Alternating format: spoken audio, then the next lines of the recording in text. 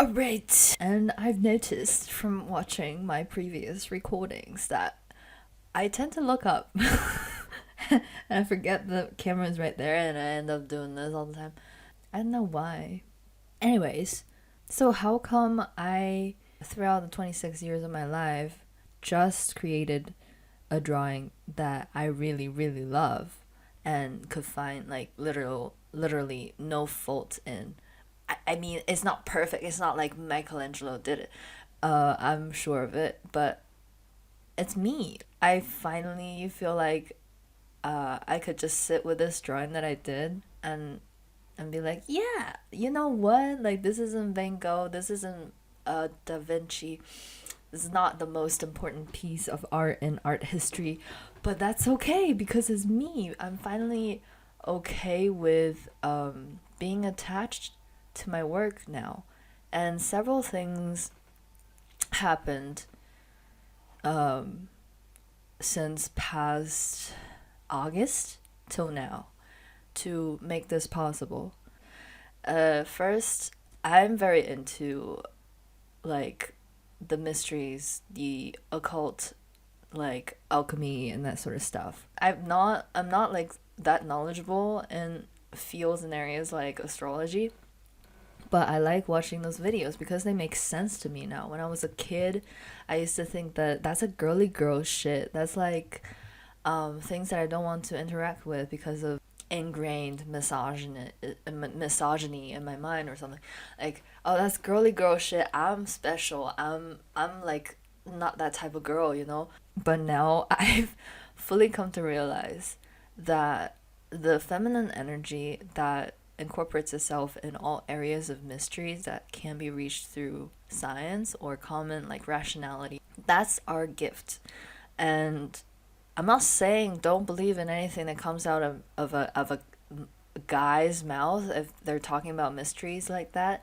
Actually, everyone in this earth, on this planet right now, have the ability to combine feminine and masculine together.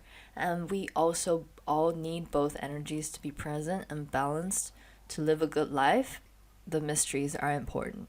I have this urge to keep digging those areas that were erased out of history, out of the mainstream parts of history, but they survived in pieces. And since last August, why am I mentioning all of this? Since last August, I've noticed this like tremendous impact of the planets and the signs over my personal life. I know it sounds really arrogant almost to say, oh, I did this and that, this thing happened to me because of the planet, you know, I can blame all my mistakes. This is not about blaming my mistakes on them. It's more like I can feel my trajectory of life being turned upside down, kind of, by planetary movement. And all the astrologers that I'm following, they all made sense. I don't know how, by what power, but they just make sense. And I also know that a lot of my friends are feeling the same way. Like, we all grew up looking down at people who, I certainly did, sorry, but I certainly looked down on people who would, oh, you know, it's because he's a Gemini, sort of people that kind of annoyed me. But now I'm not saying please don't go and blame everything on your signs. I'm saying like astrology is a subject that's worthy of study that goes beyond the reaches of science at the moment. And what am I saying? Where am I going with all of this? I'm just saying, like, how come I went from a place where I feel like none of my art, none of the things that come out of me have any intrinsic worth or meaning to where I am now, where I can fully say that the last piece of work that I created, I fully loved. I've moved places. I moved from Vancouver, a city I've been in for 3.5 years, back to Beijing, where I am right now, which is my, I guess, home city. I guess, home city, because since I started my international student journey in 2016, even before that, I had a very turbulent home life, and this city never feel like home to me. Never feel like I actually belong here. Never feel like I have occupied a space here, even though this is my room. Like I'm in a room that's mine. Like, but it doesn't feel like mine. And I started digging 2 months into me coming back. I've been creating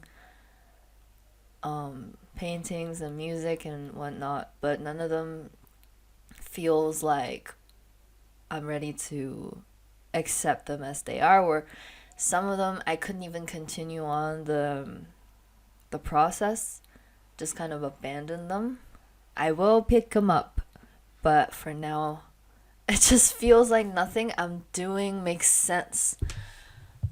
And then one day, as I always do, I had an insomnia.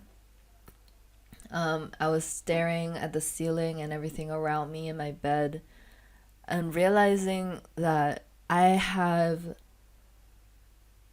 nothing in common with the room that I'm in. I cannot identify myself with any of the surrounding objects or decorations or books or whatever that's in this room. It's not me. Like, I've never had full permission when I was growing up to decorate my room. Everything is to be related to school, to be related to study. Um, and I don't usually, if I have something that's my own, I would hide it away, like in a closet, in a drawer. I wouldn't want to exhibit it. Well, you can tell that my mental state when I was younger was definitely not right. And so it's like very blank except for giant photographs of me when I was like 12, 14 ish. Look at this shit. Look at this shit. Isn't it crazy that you just have three photos, blown up version of yourself from your childhood looking at you all the fucking time? Isn't that crazy? Isn't that a signal that my family is very mentally unstable? Because my mom had this obsession that she want me to take a set of photos, like those artsy fancy photos, not just like regular live photos, fancy photos, and blow them up and put them on the wall like I'm some kind of superstar or celebrity or something. Feels very eerie. I have those things hanging around the walls that I absolutely do not identify with, and makes me feel like kind of a psychopath. And I've also realized that all the bookshelves and storage that's in my room, I've never had the power to choose what goes in them. It's very stupid, I guess, to only realize it now when I'm 26 year old. That I've not once organized my room to my liking. But like when I was in other cities by myself, I do that for me. Like everything that is in my room, I picked it. I handpicked it. And this just feels wrong. So the next morning I got up, um, feeling a sudden surge of inspiration, and I cleaned out my room. I finally, for the first time, massively switched around everything and thrown away all the stuff that I no longer need or never belonged to me. Because there are a lot of things like that. It's so weird. Like, my grandparents once lived here for a few years when I was not here. And so it's kind of filled with their preferences. They did more stuff to this place than I did. And, uh, and I found a very sad fact during this process. All of the books that are in my bookshelf next to my desk, 80% of them is related to how to get better at school. I would just say that. Like all the subjects, Mandarin, math, English, that kind of thing. Nothing fun, nothing thrilling, entertaining, nothing pretty, even.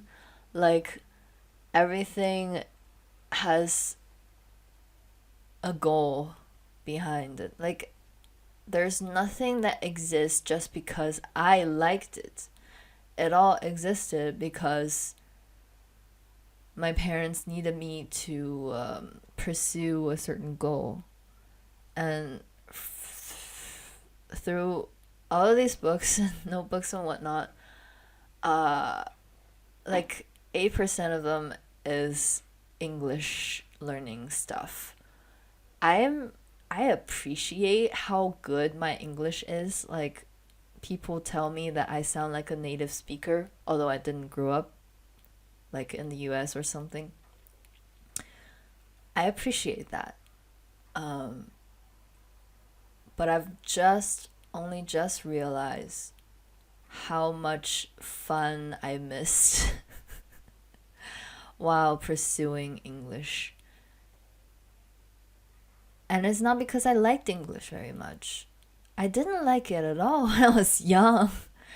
I remember being forced to go to like extracurriculum English lessons since I was maybe 6, 7 year old. Um, it's funny, isn't it? Like I hear like Asian kids in America and Canada, they were like, "Oh, our parents force us to go to Chinese lessons on the weekends." No, for me, it's the other way around. And for no other reason than like my dad really wanted to be an international student when he was young, but he never had the chance. So he's like, "You go do it for me, girl." And so I adopted it without knowing why, without a real sense of, yes, I do like where this is going. I definitely want to do this. It did gifted me lots of very interesting experiences that I would otherwise not have if I stayed here. And a lot of people would consider me to be in a very lucky place, being able to go abroad on my parents' money for that long and experience many different places. I would just like to say that there's a difference between me doing what I really want to do versus me doing something because my parents wanted me to. Especially if those two things don't cross. Like, it sounds offensive, or I'm not saying I don't appreciate all of this.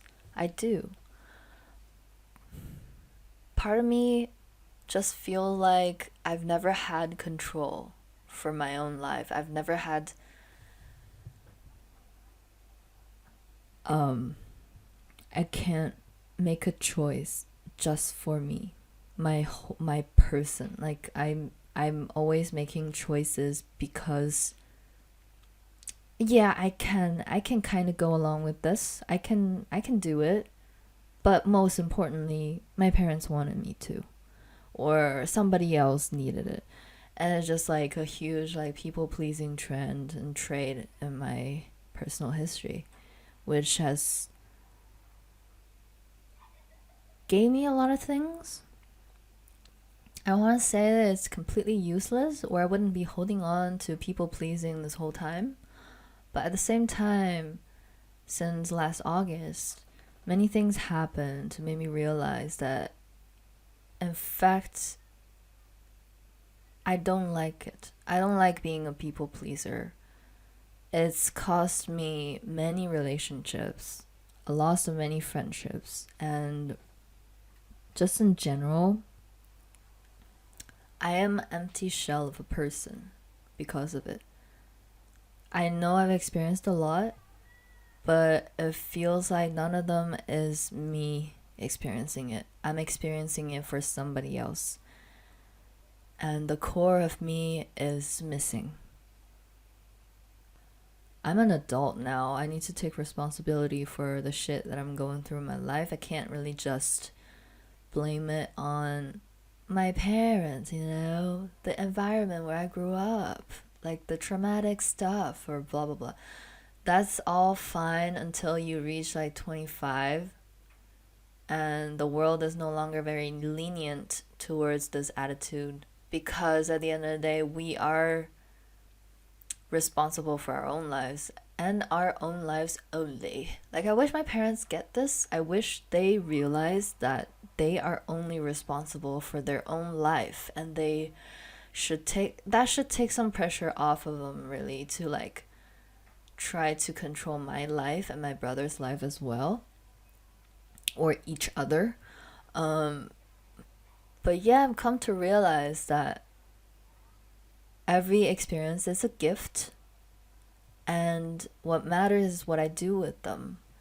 And so the past few months, uh, I've been kind of grasping for straws and in this like intense journey of self discovery, learning to set a real boundary and learning to stand by my own side, and kind of detoxifying my nervous system, because it's been operating on like a very shame based fuel of like, you're not good enough, you can do better, you need to do better, you need to be impressive. I don't know who I'm impressing, but just like, I need to be impressive for some reason. So the last couple of months have been just that. So yeah, I'm finally at this point where I'm discovering bits and pieces of myself and my preferences and what I like and don't like and what boundaries I'm okay with, which has been immensely helpful. And guess what? Like, there are a lot of treasures hidden beneath all of the dust and notebooks that nobody remembered, and like textbooks and whatnot, practice books, exercises. Um, and one of the gifts of the past that I found was the our middle school. How do you say it? Like the. I'll just show it to you. To find out more about what it is, please tune in next time. So this is it for my second episode. Hey, have a really wonderful day wherever you are.